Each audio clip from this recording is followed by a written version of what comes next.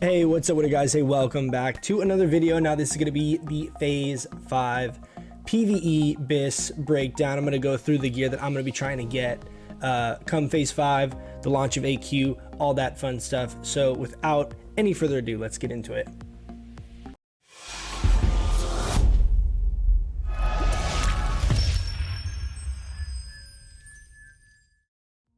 All right, guys, so here is the setup of what I'm going to be trying to run in phase 5. I'm going to go through, there's a couple of kind of honorable mention pieces that either aren't in Atlas loot or things like that. So I'll go through those, but we're going to go through kind of piece by piece here, our best in slot. A good chunk of this is still existing from phase 4, probably about 3/4 of this set. So a lot of this should be familiar, won't need to touch on it too long, keep this quick. On the Helm slot, we have Mish off of Neff and BWL. This is the go-to for sure for basically the entire game when it comes to balanced druids. Now we have Choker the Fire Lord. There's also an alternative neck piece that I've mentioned before. I actually don't have it saved on this set, but it's this off of Twin Emperors called the Amulet of Technomage, which is basically a little bit less spell power and some spell crit. If you've had a hard time for some reason getting Choker, you know, that's a good alternative for you if maybe other people in your guild are replacing Choker for potentially that piece or whatever. Maybe you have an argument there, but Choker and that neck piece off of Twin Emperors are very, very close. I believe Choker sims slightly higher, but they're very, very, very, very close. So either one of those is going to be really close to your BiS setup. I'm personally going to be trying to go for Choker. On the shoulder slot, we have Mantle of the Blackwing Cabal. Similar situation up until Nax. This is our BiS. You can also use the shoulders that I currently am using that we've talked about a few times. If you can't get these, are kind of like the welfare version. These are off of the Silithid Lords. Less spell power, but you do have spell hit. But BiS actually are technically Mantle of the Blackwing Cabal. On to the cloak, we have our first piece out of AQ, and this is the Cloak of the Devoured off of Cthulhu. It's basically just an improved version of the Cloak of Consumption at a ZG, and also has some stamina on it, which the Cloak of Consumption does not. So this is going to be our best in slot cloak in phase 5. Then we have the Bloodvine chest. You're kind of unfortunately stuck using the full Bloodvine set here, so chest, legs, and boots aren't too exciting when it comes to phase 5. On to the bracers. I have bracers of arcane accuracy plugged in here. Rock Fury bracers technically are our highest simming bracer, but they're a quest reward, and I don't know if there is a way to find them, but I wasn't able to find them in Atlas loot. So just know that these are very, very close. Rock Free Braces have, I think, 6 more spell power, but they don't have any intellect on them. So while technically they're going to yield you a little bit higher DPS, both of them are very, very good, depending on what you can get. And if you're not trying to get that revered Cenarian Circle rep, understandably so. These are a really good alternative, but both of those are very good. Rock Fury, technically BiS though. Onto the gloves, we have another piece out of AQ, the Darkstorm Gauntlets. These are cloth. These are basically blood-tinged gloves on steroids. They have the 1% hit, and we have 37 spell power on these. There's another alternative to these as well that I've talked about in the PvP setup, which is also out of AQ, which is 27 spell power and 1% crit. These are not as good, but these ones are leather, so I felt like it's worth mentioning these because there's a potential that if these drop, you're the only person that's going to be wanting them. But these are technically our BiS gloves in phase 5, Darkstorm Gauntlets. Just massive. 37 spell power is a ton, and we still have that 1% hit. Onto the belt, we have another piece out of AQ off of Cthulhu.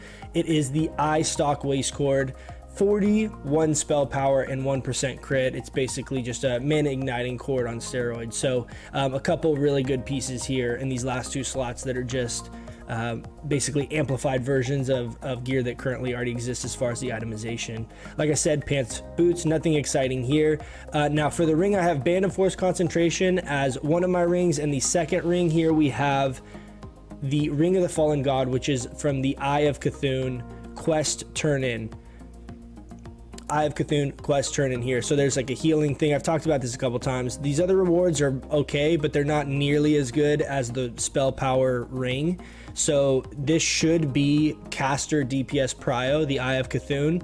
I I see it hard to find any argument that these other pieces are worth more than the value of this, as far as like how massive of an upgrade this is, especially with how hard it is to get really good rings. It's okay, it's not too bad to get decent rings, but really good rings, it's really tough. So the Ring of the Fallen God's just absolutely insane. So these two are my preferred combo, what I would be considering BiS. There's some options of other stuff you could run here besides Band of Force Concentration, but I just really like this ring a lot. It's got a lot of stats on it. It's just all around really good option as well.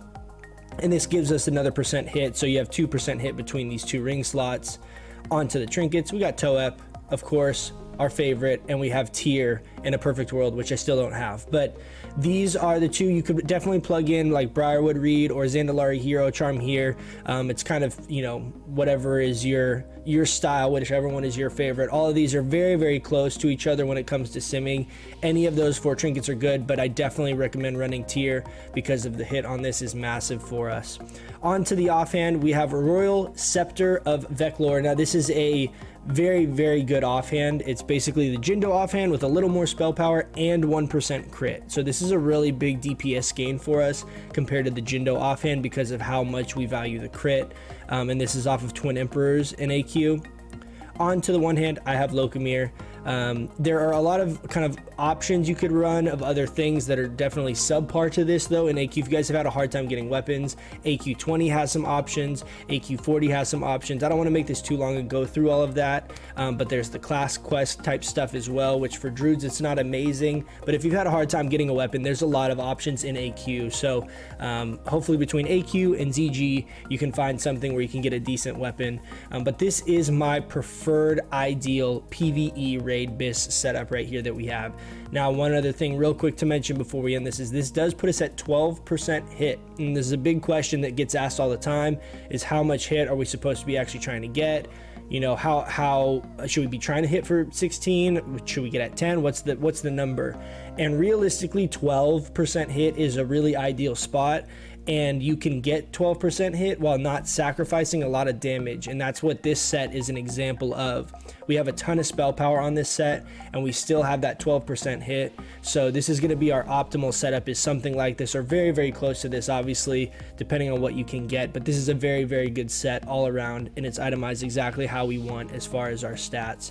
And again, you could definitely plug in a couple pieces here to try and maximize hit if you had to have hit for some reason to be like actual hit capped, or maybe you're like full world buffs and you want to be hit capped. You can plug in just a couple different pieces here and achieve that pretty easily as well. So hopefully that was helpful, guys. Let me know if you have any questions on this. Maybe there's some pieces of gear you guys are looking for. Oh, last thing I want to mention too, I almost forgot this. Last thing I want to mention is in the ring slot, there's an exalted ring off of, I'll post like a little picture of it over here somewhere. But there's a ring off of the exalted rep quest turn in stuff from Cenarian Circle.